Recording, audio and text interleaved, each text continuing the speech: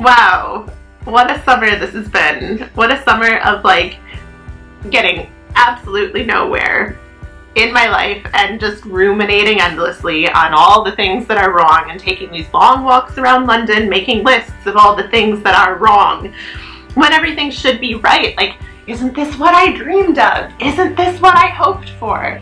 I also, like, I'm not liking how my face looks, but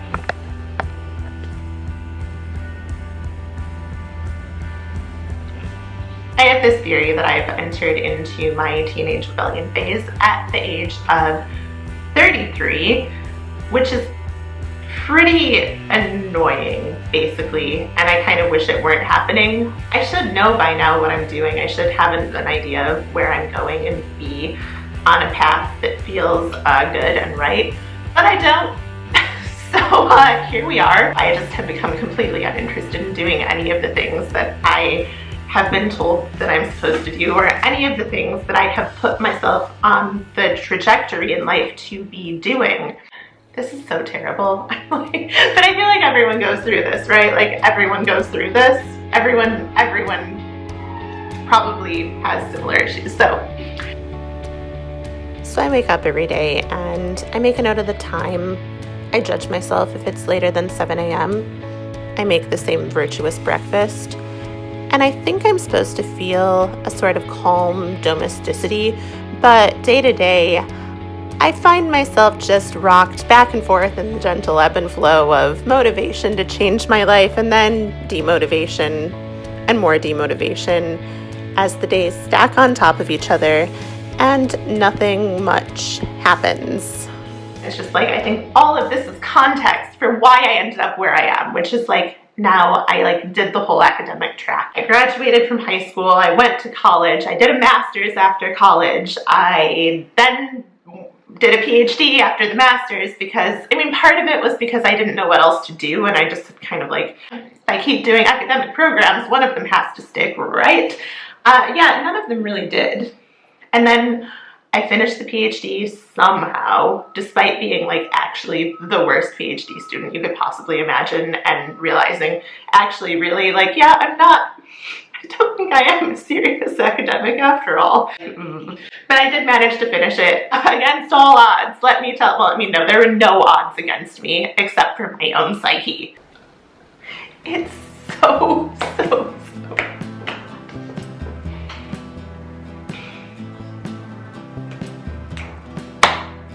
cool. So I'm dealing with a mild to moderate hangover. What else? Also, of course, they're doing scaffolding or something outside. But I think the issue here, and the issue I've been running into in my life in these past few years, whatever, is the issue of trajectory, and the issue of being able to imagine unknown possibilities and to see yourself being in a really different but really cool place in the future. Whereas I look ahead at what the trajectory of what I'm doing right now is, and I know where it leads, and where it leads isn't exciting. So it's I know that basically I move up the management ladder, I get more and more people over time to manage, I suppose. My tasks become more complex, and that's it. It's now I kind of feel like my life has narrowed down to this point of having kind of one, not even possibility, one guarantee. And it's what if I don't want that guaranteed thing? And what if it doesn't excite me? And what if it should excite me? Because that's the path I've been on for my whole life. But so in all of this, I can't help but feel that London as a place is the main character in the little existential crisis I'm having. Because this is the city where I lived when I did that aforementioned master's and PhD. Then I had to go away for several years due to visa reasons, and as of the end of May, I am back. And since then, I've been wandering around a lot, revisiting my old greatest hits, and I feel like a ghost haunting these places that meant something to me back when I was still shaping the person I was ultimately to become.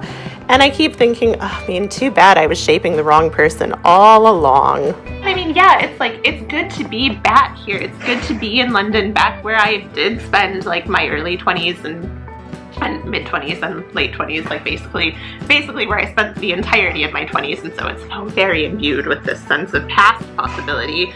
But now I'm living in the time of decided possibilities or something. I don't even know. Of certainty. I'm living in the age of certainty, and I want to be in the age of uncertainty. I like totally did not plan to film, hence like why my hair looks the way it does. Very flat, very greasy, very frizzy at the same time. Beautiful.